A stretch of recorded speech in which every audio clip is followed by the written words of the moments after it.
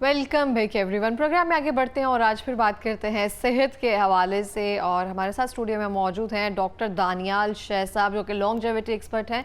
इनसे हम जानेंगे किस तरह से सेहतमंद रहा जा सकता है नेचर का इस्तेमाल करते हुए, और जो भी हमारी ज़िंदगी में सलाद सब्जियाँ मौजूद हैं उनका इस्तेमाल कैसे कर सकते हैं हम, और फास्ट फूड से कैसे हम अपनी जान छुड़वा सकते हैं।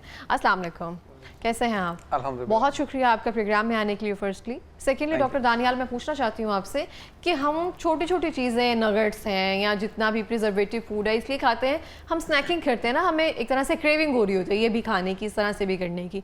उन क्रेविंग्स को हम दूर कर सकते हैं कि हम अपनी ग़िज़ा में जब हमें भूख लग रही है या हमें स्नैकिंग करने को दिल कर रहा है, गाजर का इस्तेमाल कर लिया जाए, सलाद का इस्तेमाल कर लिया जाए, चने बॉयल कर लिए जाएँ, लेकिन हमें लगता है नहीं, अब वो फास्ट फूड ही हमें है, हम स्नैक जो है हमारा वही बन गया हुआ है। बिल्कुल ऐसे ही है। ये जो जिस दौर में हम जी रहे हैं, यहाँ फास्ट फूड जो है ना, उनसे आप जान नहीं छुड़ा सकते। जितना मर्जी लोगों को कह दें कि आपने बर्गर नहीं खाना, पिज़्ज़ा नहीं खाना, शवारमा नहीं खाना, ये सब चीज़ें जो है ना वो घरों में मंगवाई जाती हैं, खाई जाती हैं, कहीं भी बाहर जाते हैं आप ये खाते हैं। हमने करना क्या है, हमने ये करना है कि इनको मैनेज करना है बॉडी के साथ, कि हम कैसे जो है ना इनके असरात जो हैं, जो इनके आप कह लें कि नुकसानदेह असरात हैं, उनसे बचा जाए। हमने अपनी डाइट में कुछ चीज़ों को ऐड करना है। वो ये है कि आप इसके खाने से पहले, जैसे कि फ़र्ज़ करें आप पिज़्ज़ा खाने लगे हैं या बर्गर खाने लगे हैं, तो उससे पहले 15 मिनट पहले आप कोई ऐसी चीज़ खाएं जो उसका इफ़ेक्ट कम हो जाए। वो क्या होगा? फाइबर होगा। क्योंकि फ़ास्ट फूड में जो सबसे ज़्यादा चीज़ नुकसानदेह है वो क्या है? वो रिफाइंड फ्लावर, वो जो आटा जो है वो नुकसानदेह है। उसके बाद उसमें फ़ैट्स ज़्यादा है, उसमें सॉल्ट ज़्यादा है, नमक ज़्यादा होता है। ये चीज़ें हम खाने से बार बार इसकी क्रेविंग होती है, और इसी तरह से मीठी चीज़ें जो हैं वो भी हम खाते हैं, तो वो भी यही नुकसान पहुंचाती हैं हमें। हमने करना क्या है कि हमने जो है हमने अपनी खाने के अंदर पहले सलाद खानी है। ओके, ठीक है, सलाद खाएं। अब हर बंदा कहता है यार सलाद हम कहाँ, अब जब कहीं जा रहे हैं पिज़्ज़ा खाने के लिए, कोई आपको पार्टी है, तो हम सलाद कहाँ से ढूंढते भैया साथ लेके जाएँ, तो ये मुश्किल काम है।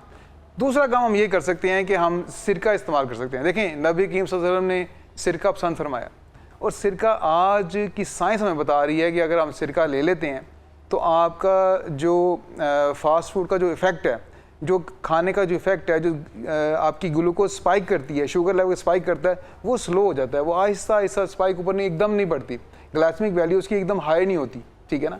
तो वो क्या करेंगे, आप सिरका जो है 1 चम्मच सिरका 1 गिलास पानी में उसमें डाल लें या बॉटल में डाल लें, यानी 200 ml जो है उसमें 1 चम्मच। अगर 1 लीटर है तो आप 4 चम्मच डाल लें सिरका।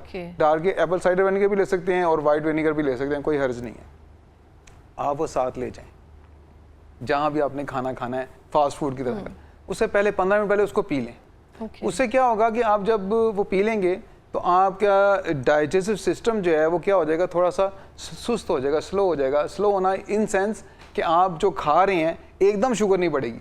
हमें फास्ट फूड नुकसान इसलिए देता है कि शुगर स्पाइक करती है। अच्छा, शुगर स्पाइक करती है तो कोई पूछता है अच्छा करती है तो फिर क्या होता है?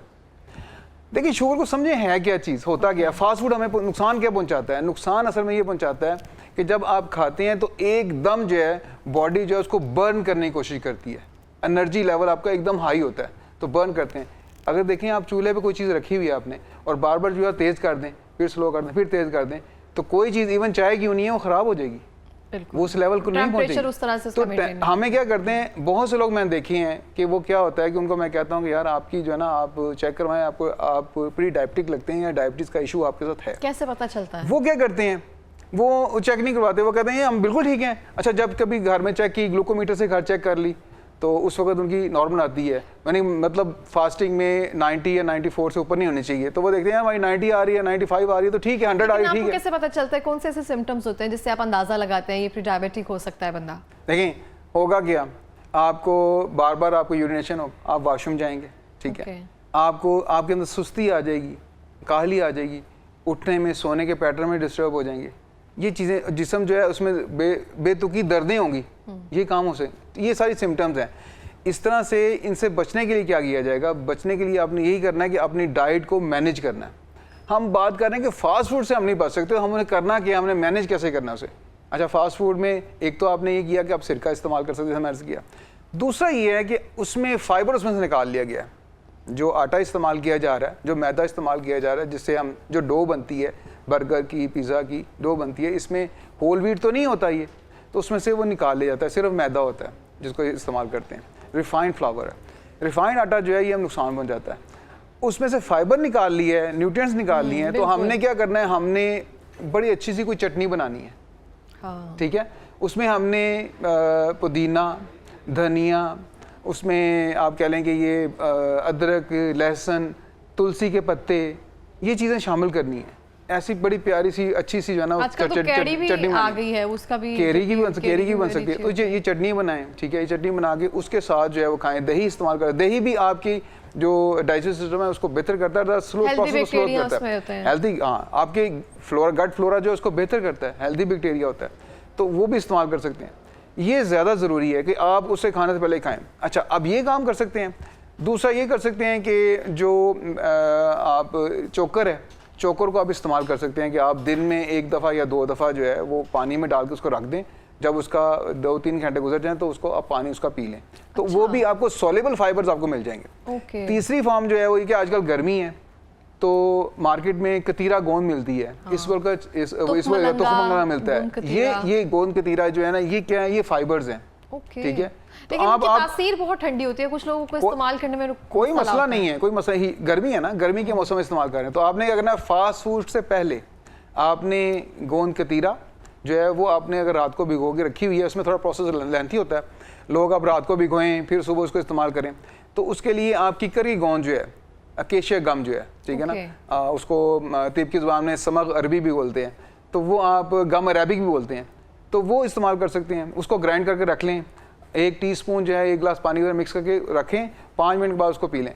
क्या, फास्ट फूड खाने से 15 मिनट पहले, तो उसको आप ले लेंगे, तो अब क्या होगा, वो जो बर्गर आपने टेस्ट के लिए आपने खाया ना, वो आपको डिस्टर्ब नहीं करेगा। दूसरा तरीका ये है कि आप एक पूरी प्लेट जो है वो सैलड की पहले ही खा लें, पिज़्ज़ा खाने से, बर्गर खाने से पहले।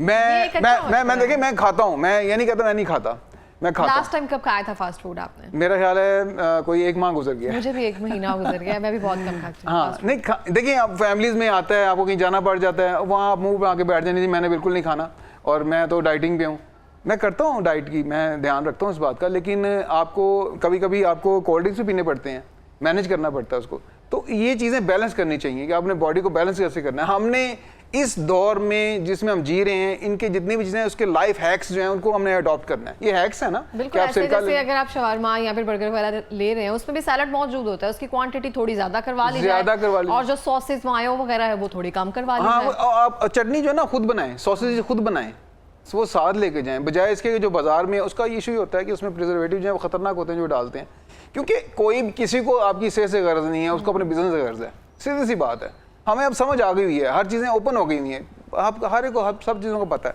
तो हमें चाहिए कि हम खुद अपनी सेहत का ख्याल करें। ठीक है, बिल्कुल ऐसे। लेकिन सलाद को हम हेल्दी कैसे बना सकते हैं? बहुत सारे लोगों के लिए प्रॉब्लम है, सलाद खाना उनको पसंद नहीं होता और उनको लगता है कि ड्राई फ्रूट है, क्या है इसका कोई जायका ही नहीं है ना, क्या ही हम सलाद खाएं? उसमें तो ये है ना कि देखें, खट्टा हर एक को पसंद होता है, तो उसमें आप लीमू जो है साथ ऐड करें, इसके चाट मसाला ऐड करें। हाँ, चाट मसाला वो भी फिर खुद बनाया हो तो ज़्यादा बेहतर है, आपने घर में खुद बनाया हो तो ज़्यादा बेहतर है।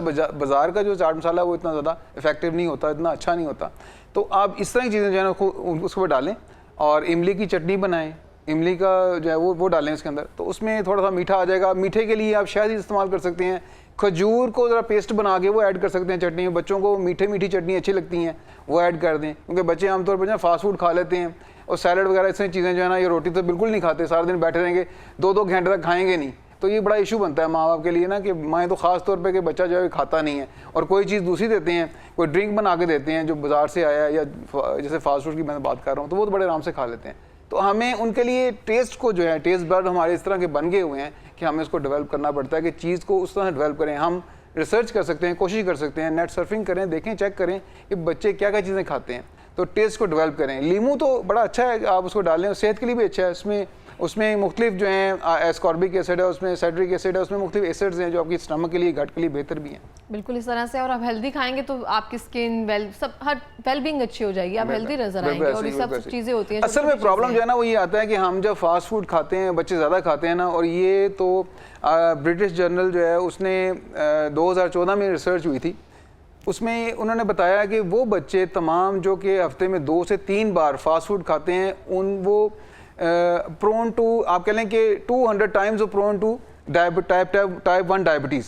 टाइप 1 डायबिटीज, और ये टाइप 1 डायबिटीज जो है ये बहुत बड़ा इशू आ रहा है। फिर आपको हाइपोथायराइडिज्म का इशू आ रहा है कि बच्चे मोटे होना शुरू होते हैं, ओबीज होना शुरू होते हैं। हमें देखने में तो बड़े प्यारे लगते हैं कि गोल मटोल से बड़े खूबसूरत लग रहे हैं, लेकिन वो बेसिकली वो कमज़ोर हो रहे हैं, इंटरनली वो डिस्टर्ब हो रहे हैं, ठीक है। वो आगे आने वाली ज़िंदगी के अंदर बहुत से अमराज का शिकार हो जाएंगे। फिर इंसुलिन रेजिस्टेंस बहुत बड़ा प्रॉब्लम आता है जिस्म के आता है, और वो क्या होता है कि इंसुलिन बनती जा रही है लेकिन काम नहीं कर रही, इनफेक्टिव होती जा रही है। फिर अब देखें एक फूड एलर्जी प्रॉब्लम है, वो आप गंदम की बनी कोई चीज़ नहीं खा सकते। ये भी ऑटोइम्यून डिसऑर्डर्स हैं जो बॉडी के अंदर आ रही हैं। ग्लूटेन फ्री डाइट लेनी है, इसकी रीज़न सारी रीज़न यही है कि हम रिफाइंड चीज़ें खा रहे हैं, रिफाइंड आटा, रिफाइंड चावल, ठीक है, रिफाइंड नमक, रिफाइंड ऑयल। रिफाइंड चावल भी होते हैं, चावल को पॉलिश किया जाता है तो उसके सारे न्यूट्रिएंट्स ऊपर उतार दिए जाते हैं। अब देखें आप चावल लें जो कि उनको पॉलिश ना किया गया हो, बिल्कुल ताज़ा हो, अब जिसको कहते हैं ना ये नए चावल हैं, ये पुराने चावल हैं। नए चावल लें, आप पानी में डालें तो पानी जो है वो मिल्की हो जाएगा, दूध जैसा हो जाएगा, ठीक है।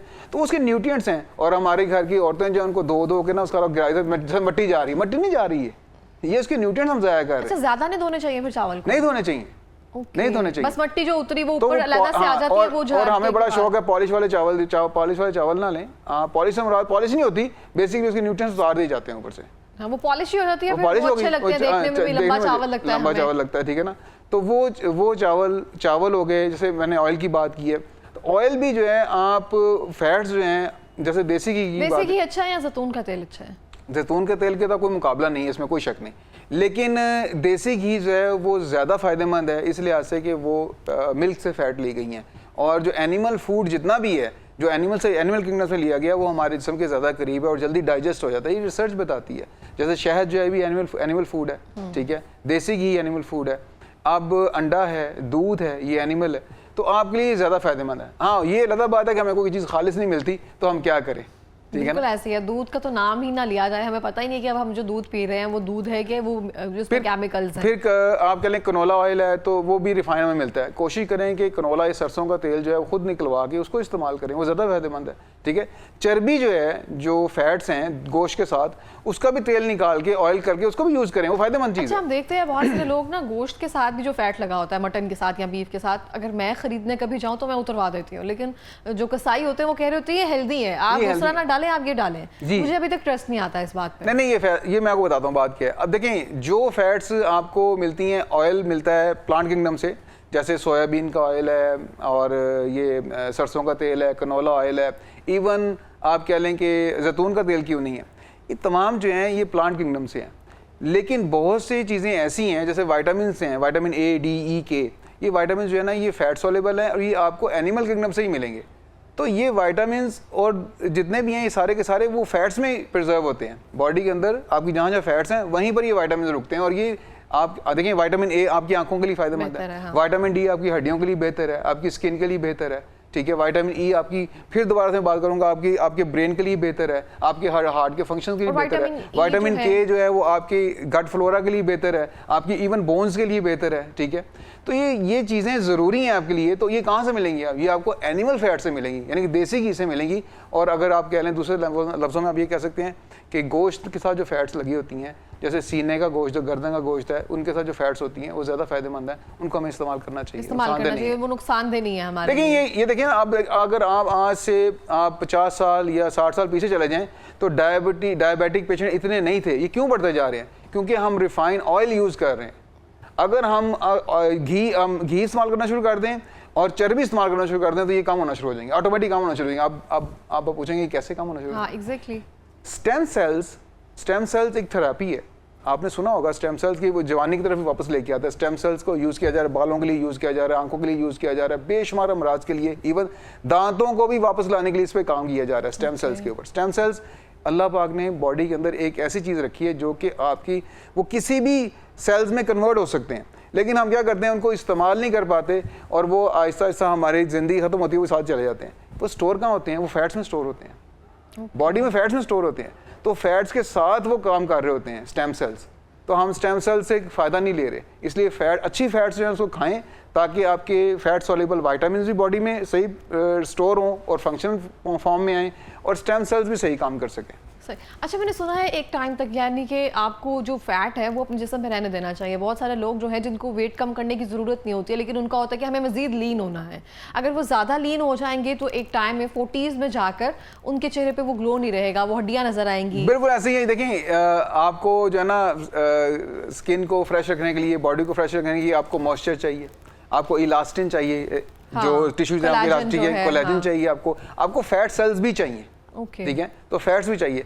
अच्छा, अब आप देखें, आज से तकरीबन 25 साल पहले ज़्यादा बूम आया था लाइपोसक्शन का, कि बॉडी से फैट्स को निकाल दिया जाता। हाँ। जब नया नया ये काम आया तो देखा कि जिनकी बॉडी से फैट्स एक दो सेशन में एकदम निकाल देगी, सडन डेथ हो गई। Sudden, okay. इतना खतरनाक हुआ। फिर उसके मल्टीपल एपिसोड की जाती थी, उसके मुख्तलिफ सेशन रखे जाते थे, आहिस्ता आहिस्ता उसको रिड्यूस किया जाता था। क्यों? क्योंकि मैंने अर्ज किया ना कि जो फैट सोल्यूबल वाइटामिन हैं वो कहाँ स्टोर होंगे बॉडी में, वो फैट्स में स्टोर होंगे। तो जब आपने उनको निकाला फैट्स को, तो वो भी निकल गए साथ। तो एकदम आप डेफिशिएंट हो गए विटामिन ए, डी, ई, के, तो क्या होगा फिर? बॉडी के सारे फंक्शंस डिस्टर्ब हो जाएंगे।